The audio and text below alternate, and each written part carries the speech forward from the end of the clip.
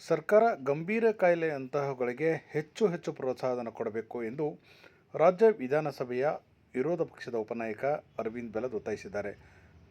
ಅಧಿವೇಶನದಲ್ಲಿಂದು ಮಾತನಾಡಿದ ಅವರು, ಸಣ್ಣಪುಟ್ಟ ಕಾಯಿಲೆಗಳಿಗೆ ಬಡವರ ಹತ್ತಿರ ಹಣಕಾಸಿನ ವ್ಯವಸ್ಥೆ ಇರುತ್ತೆ, ಆದರೆ ದೊಡ್ಡ ಗಂಭೀರ ಕಾಯಿಲೆಗಳಿಗೆ ಅವರಿಗೆ ಹಣಕಾಸಿನ ಕೊರತೆ ಇರುತ್ತೆ. ಆದ್ದರಿಂದ ಆಯುಷ್ಮಾನ್ ಯೋಜನೆಗಳನ್ನು ಬಳಸಿಕೊಂಡು ಅವರಿಗೆ ಹೆಚ್ಚು ಸಹಕಾರ ಕೊಡಬೇಕು. ಇದಕ್ಕೆ ಕೇಂದ್ರ ಸರ್ಕಾರ ಸಹ ಸಾಕಷ್ಟು ಪ್ರೋತ್ಸಾಹ ಕೊಡ್ತದೆ ಮತ್ತು ಇದಕ್ಕೆ ನಾವು ಬದ್ಧರಿದ್ದೇವೆ ಎಂದು ಇದೇ ಸಂದರ್ಭದಲ್ಲಿ ಭರವಸೆ ನೀಡಿದ ಅವರು, ಬಡವರಿಗೆ ಅನುಕೂಲ ಆಗ್ತಕ್ಕಂಥ ಯೋಜನೆಗಳನ್ನು ಜಾರಿಗೆ ತನ್ನಿ. ನಿಮ್ಮ ಯೋಜನೆಗಳು ಒಳ್ಳೆಯವೆ, ಆದರೆ ಆ ಯೋಜನೆಗಳಿಗೆ ಇಂಥ ಕೆಲವು ಕಾಯಿಲೆಗಳಂಥವುಗಳನ್ನು ಸೇರಿಸಿಕೊಂಡರೆ ಇನ್ನಷ್ಟು ಬಡವರಿಗೆ ಸಹಕಾರಿಯಾಗುತ್ತದೆ ಎಂದು ಅವರು ಇದೇ ಸಂದರ್ಭದಲ್ಲಿ ಸಲಹೆ ನೀಡಿದರು.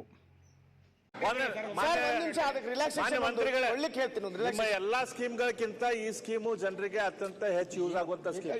ಇವತ್ತು ಹೊಟ್ಟೆ ನೋವು ಆದ್ರೆ ನೆಗಡಿ ಆದ್ರೆ ಅವ್ರ ದವಾಖಾನಿಗೆ ಹೋದ್ರ ಅಲ್ಲಿ ಗುಳಿ ಕೊಡ್ಲಿಕ್ಕೆ ನಡೀತೈತೆ. ಅವ್ರು ಹೊರಗೆ ಹೋಗಿ 10 ರೂಪಾಯಿ ಕೊಟ್ಟು 20 ರೂಪಾಯಿ ಕೊಟ್ಟು ತೋಳ್ತಾರ.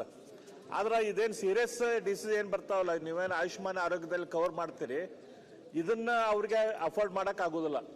ಅದಕ್ಕೆ ಬೇರೆದರಲ್ಲಿ ಬಜೆಟ್ ಕಡಿಮೆ ಮಾಡ್ರಿ, ಇದರಲ್ಲಿ ನೀವು ಕೊಡೋದಾದ್ರೂ ದುಡ್ಡು ಕೊಡ್ರಿ ದಯಮಾಡಿ. ಅದು ಕೇಂದ್ರ ಸರ್ಕಾರ ಜೊತೆ ನೀವು ಅದನ್ನ ಪ್ರಪೋಸಲ್ ಕಳಿಸ್ರಿ, ಹೆಚ್ಚು ಮಾಡ್ಕೊಳ್ಳೋದು ಮಾಡ್ರಿ. ಅದಕ್ಕೆ ನಮ್ಮಿಂದ ಏನ್ ಸಹಕಾರ ಬೇಕಂದ್ರೆ ನಾವು ಸತ್ಯ ಕೊಡ್ಲಿಕ್ಕೆ ತಯಾರಿದ್ದೇವೆ. ಆದ್ರೆ ಇದಕ್ಕೆ ಮಾತ್ರ 2018 ಅದನ್ನ ರಿವೈಸ್ ಮಾಡಿ ರೇಟ್.